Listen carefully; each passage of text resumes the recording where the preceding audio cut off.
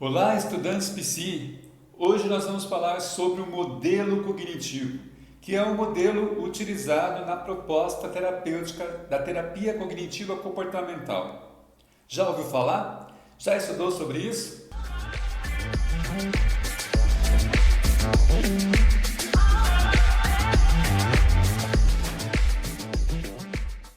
Vamos entender que a terapia cognitiva se baseia no modelo cognitivo. Nós compreendemos que esse modelo levanta a hipótese de que as emoções e os comportamentos das pessoas são influenciados pelos pensamentos que elas têm. Ou seja, qual é a percepção que a pessoa tem sobre os eventos que ocorrem na vida dela. A percepção é um construto muito importante dentro da terapia cognitiva. Como o sujeito interpreta, como o sujeito percebe o meio e as suas experiências. Inclusive, como ele também se percebe. Nessa perspectiva, nós entendemos que não é somente a situação que determina o comportamento da pessoa, mas também a interpretação que ela faz sobre a situação. O terapeuta cognitivo está particularmente interessado no nível de pensamento que opera simultaneamente com o pensamento mais superficial, aquele compreendido como mais óbvio. E nós compreendemos este pensamento mais superficial como os pensamentos automáticos. Os pensamentos automáticos, como o próprio nome sugere, são aqueles pensamentos que ocorrem automaticamente, quase que de repente, quando a gente se depara com uma situação, como a gente se depara com um evento. Certamente, nessa aula de hoje, ao estudar sobre o modelo cognitivo, você deve ter tido vários pensamentos. Normalmente, nós não estamos tão cientes do nosso pensamento. É muito mais provável que a gente esteja ciente das nossas emoções. As emoções são mais instantâneas, rápidas, porém, elas causam uma sensação no nosso organismo. E também é muito provável que a gente aceite sem muita criticidade os nossos pensamentos. E muitas vezes nós avaliamos os nossos pensamentos automáticos como sendo verdadeiros.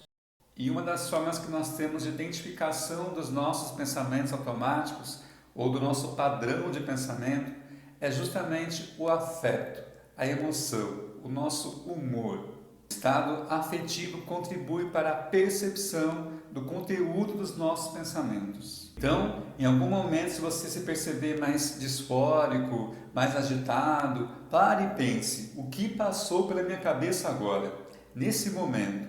O que eu estou pensando? E após identificar os nossos pensamentos, nós podemos avaliar a validade deles.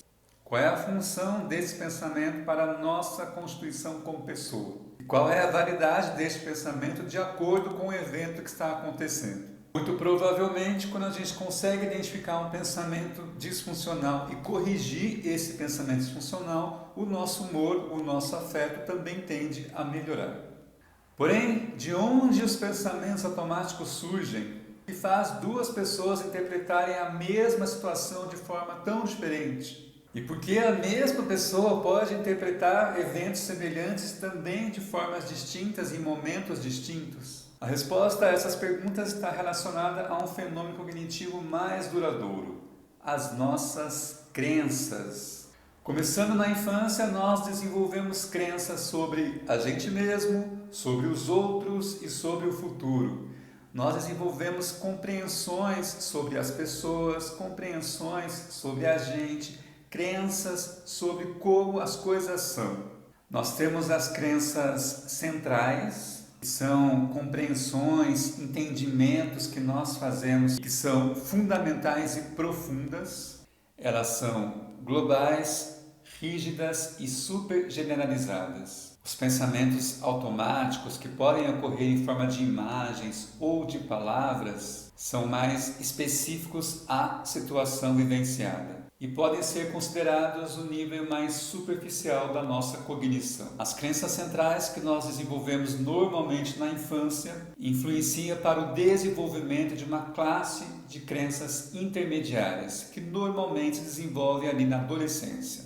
As crenças intermediárias consistem em regras, atitudes e suposições que o indivíduo faz sobre si, sobre os outros e sobre o mundo. Essas regras, essas crenças também influenciam na nossa percepção sobre a situação. Por sua vez, vai influenciar como a gente pensa, os nossos pensamentos automáticos, as nossas emoções e também os nossos comportamentos. Então, o esquema cognitivo vai falar algo nesse sentido, de crenças centrais, crenças intermediárias e pensamentos automáticos. As crenças centrais e intermediárias vão surgindo ao longo do nosso desenvolvimento. Enquanto pessoas, nós vamos tentando extrair sentido, significado dos nossos eventos. E a partir disso, nós vamos tentar explicar as situações. E dessa forma a gente vai juntando ali um conjunto de informações que se formam então as nossas crenças. Na interação com pessoas, na interação com o mundo, nas nossas vivências, nós vamos construindo as nossas crenças, que se refere então à nossa forma de compreensão sobre como as coisas são ou sobre como as coisas deveriam ser. Algumas crenças podem ser disfuncionais em relação aos nossos comportamentos e também em relação às situações. Por isso, na terapia, nós vamos tentar identificar as crenças disfuncionais e trabalhar para torná-las mais funcionais, mais válidas para esse sujeito. Essa figura é uma figura clássica que representa o modelo cognitivo. Nós temos uma crença central que interfere para as crenças intermediárias, que interfere para os pensamentos automáticos. Aí, dada uma situação, o sujeito, a pessoa, vai ter pensamentos automáticos que influenciam para as reações dela. Reações emocionais, comportamentais e também fisiológicas. Este é um exemplo que está descrito no livro da Judith Beck. Então, a pessoa pode ter a crença central de que ela é incompetente. Essa é a crença que ela tem. Eu sou incompetente. E aí, como crença intermediária, nós temos uma regra, uma suposição. Se eu não entendo algo perfeitamente, então eu sou burro. A pessoa criou essa crença intermediária como uma regra, dada a crença central dela de que ela é incompetente. E aí, numa situação, por exemplo, como ler um livro, ela pode ter um pensamento automático do tipo: isso é difícil demais, eu jamais entenderia isso. E as reações emocionais, como por exemplo tristeza, comportamental, como fechar o livro, e fisiológica, como um peso no abdômen. Para avaliar este modelo cognitivo, nós, enquanto terapeutas, podemos fazer alguns questionamentos. Como esse paciente veio parar aqui?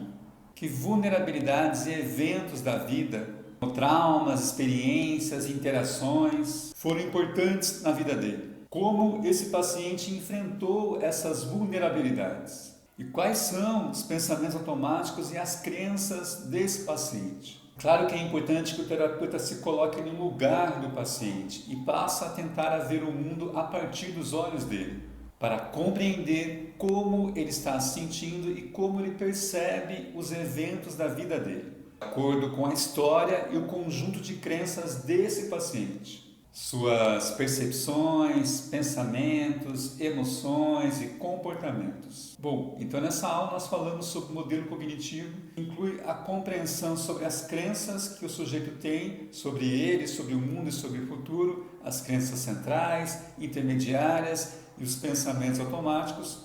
Eu espero que tenha feito sentido para você. Qualquer coisa pode deixar aqui nos comentários a sua dúvida e a gente se vê.